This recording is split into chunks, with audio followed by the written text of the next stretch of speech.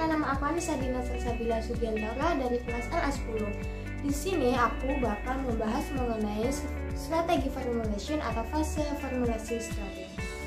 Beberapa menit ke depan nanti aku bakal menjelaskan mengenai entrepreneurial strategi, strategi formulation stage 1 yaitu the input stage, strategi formulation stage 2 matching stage, strategi formulation stage 3 decision stage, dan rules and lesson learning. Yang pertama, penjelasan singkat mengenai entrepreneurial strategi. Apa sih entrepreneurial strategi itu?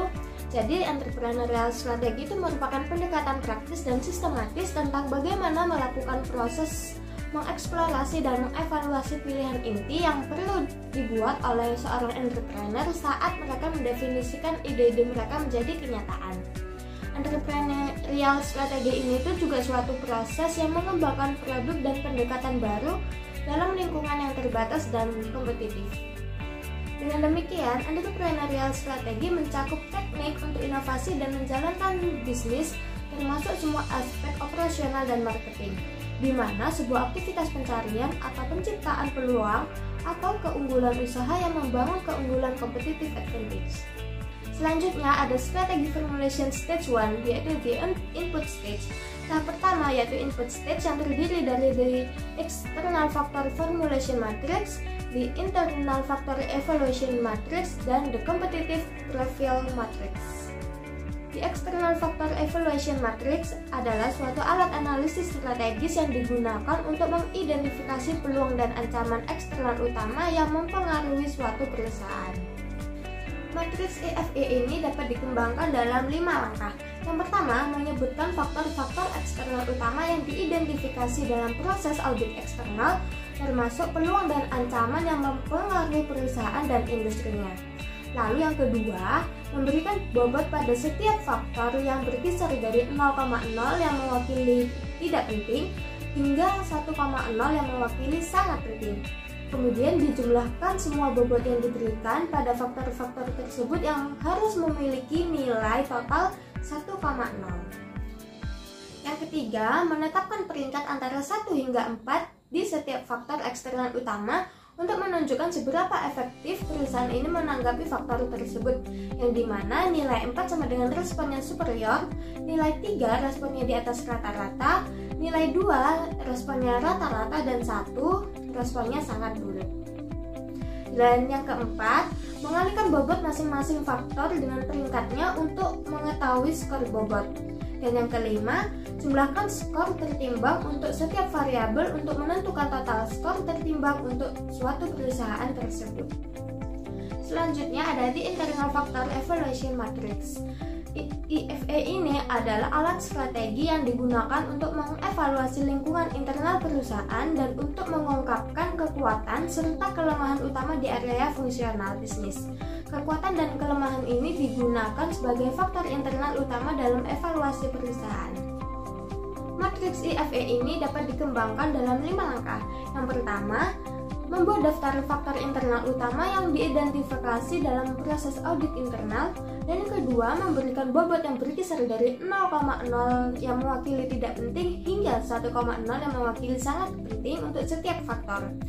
Lalu ditotalkan semua bobot harus sama dengan 1,0. Dan yang ketiga, memberikan peringkat 1 hingga 4 yang menunjukkan setiap faktor untuk menunjukkan apakah faktor tersebut mewakili kelemahan utama, yaitu peringkat sama dengan 1, kelemahan kecil peringkat sama dengan 2, kekuatan kecil peringkat sama dengan 3, dan kekuatan utama peringkat sama dengan 4. Dan langkah yang keempat, mengalihkan bobot masing-masing faktor tersebut dengan peringkatnya untuk menentukan skor berbobot setiap variabel. Dan langkah yang terakhir, menjumlahkan skor tertimbang untuk setiap variabel untuk menentukan total skor tertimbang untuk perusahaan tersebut. Selanjutnya ada competitive profile matrix atau CPM. Nah, CPM ini mengidentifikasi pesaing utama perusahaan, kekuatan dan kelemahan, khususnya dalam kaitannya dengan posisi strategis perusahaan. Nah, bobot dan total skor dalam CPM dan IFE ini memiliki arti yang sama. Namun, faktor penentu keberhasilan dalam CPM ini mencakup masalah internal dan eksternal. Oleh karena itu, peringkat mengacu pada kekuatan dan kelemahan, di mana 4 sama dengan kekuatan utama, 3 sama dengan kekuatan kecil, 2 sama dengan kelemahan kecil, dan 1 sama dengan kelemahan utama.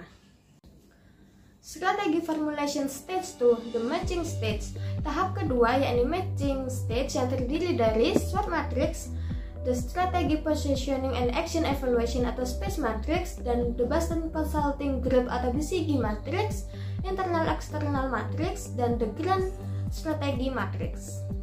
Yang pertama ada SWOT matrix. SWOT ini dijadikan sebagai suatu model strategi untuk menganalisis suatu perusahaan yang berorientasi profit dan non-profit dengan tujuan untuk mengetahui keadaan perusahaan tersebut secara komprehensif.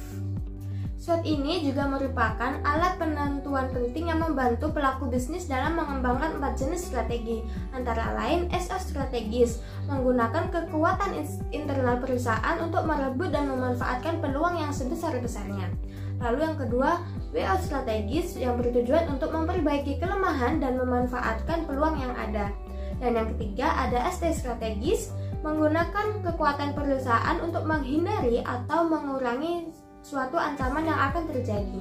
Dan yang keempat, WT strategis, di mana taktik defensif yang diarahkan untuk mengurangi kelemahan internal dan menghindari ancaman eksternal. Selanjutnya ada strategi positioning and action evaluation atau SPACE matrix. Nah, SPACE matrix ini sebuah pendekatan untuk menentukan strategi apa yang paling tepat untuk dijalankan oleh sebuah perusahaan. Dalam matriks ini terdapat 4 kerangka kuadran yang dapat menentukan apakah agresif, konservatif, defensif, ataukah kompetitif yang paling sesuai dengan perusahaan tersebut. Nah, dimensi internal ini terdiri dari company's financial strength atau kekuatan perusahaan, competitive advantage, dan yang dimensi eksternal terdiri dari environmental stability dan industry strength atau kekuatan industri. BCG ini memiliki 4 kuadran yang menggambarkan posisi suatu perusahaan yang dipandang dari pertumbuhan dan pangsa pasar. Yang pertama ada cash cows. Cash cows ini pangsa pasarnya tinggi, namun tingkat pertumbuhannya rendah dan bisa dibilang paling menguntungkan. Dan yang kedua stars. Pangsa pasar tinggi dan tingkat pertumbuhannya pun juga tinggi sehingga bisa persaingannya juga sangat tinggi. Dan yang ketiga ada question marks. Pangsa pasar rendah dan tingkat pertumbuhannya tinggi. Dan yang keempat ada dogs. Dogs ini pangsa pasarnya rendah dan tingkat pertumbuhannya pun juga rendah. Bisa kurang menguntungkan atau bahkan profitabilitasnya menjadi negatif. Kemudian ada internal external matrix. IE matrix ini memposisikan berbagai divisi atau segmen perusahaan dalam tampilan 9 sel. Matriks IE ini mirip dengan matriks BCG karena kedua alat tersebut melibatkan pula divisi perusahaan dalam diagram skematik.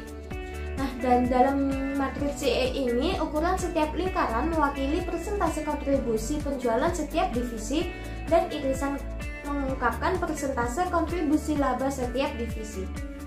Matriks IE ini didasarkan pada 2 dimensi utama, yaitu skor bobot total IFE pada sumbu X dan skor bobot total IFE pada sumbu Y. Bagaimanapun, skor tertimbang total yang diperoleh dari divisi memungkinkan kontribusi matriks IE tingkat perusahaan. Pada sumbu X maupun Y, matriks IE ini total skor bobot IFE 1,0 sampai 1,99 menunjukkan posisi internal yang lemah. Skor 2,0 sampai 2,999 dianggap rata-rata dan skor 3,0 sampai 4,0 adalah kuat. Dan yang terakhir ada grand strategy matrix. Grand strategy matrix ini didasarkan pada 2 dimensi evaluatif, yaitu posisi kompetitif pada sumbu X dan pertumbuhan pasar atau industri pada sumbu Y. Perusahaan yang terletak di kuadran 1 berada dalam posisi strategis yang paling baik. Perusahaan-perusahaan ini berkonsentrasi pada penetrasi dan pengembangan pasar serta pengembangan produk. Sedangkan yang di kuadran 2 perlu mengevaluasi pendekatan mereka saat ke pasar dengan serius. Dan kuadran ketiga bersaing dalam industri yang tumbuh lambat dan memiliki posisi kompetitif yang lemah. Dan perusahaan yang berada di kuadran 4 memiliki posisi kompetitif yang kuat namun berada dalam industri yang pertumbuhannya sangat lambat. Dan yang terakhir ada strategi formulation stage 3, yaitu the decision stage. Di sini ada kuantitatif strategis positioning matrix atau QSPM. Nah, KSPM ini adalah alat memungkinkan ahli strategi untuk mengevaluasi strategi alternatif secara objektif yang berdasarkan faktor keberhasilan kunci eksternal dan internal yang telah diidentifikasi sebelumnya. KSPM ini memerlukan penetapan peringkat yang disebut skor daya tarik, namun membuat keputusan small rating yang memungkinkan para ahli strategi membuat big decision yang efektif. Ada 6 langkah yang dibutuhkan untuk mengembangkan KSPM.